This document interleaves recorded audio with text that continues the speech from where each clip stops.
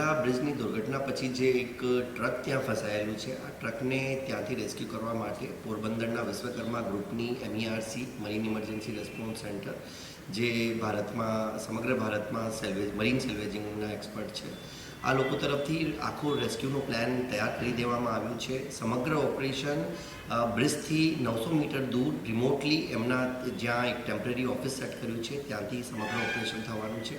આ ઓપરેશનમાં એમના દ્વારા ખૂબ અત્યાધુનિક ઉપકરણોનો ઉપયોગ કરવામાં આવશે.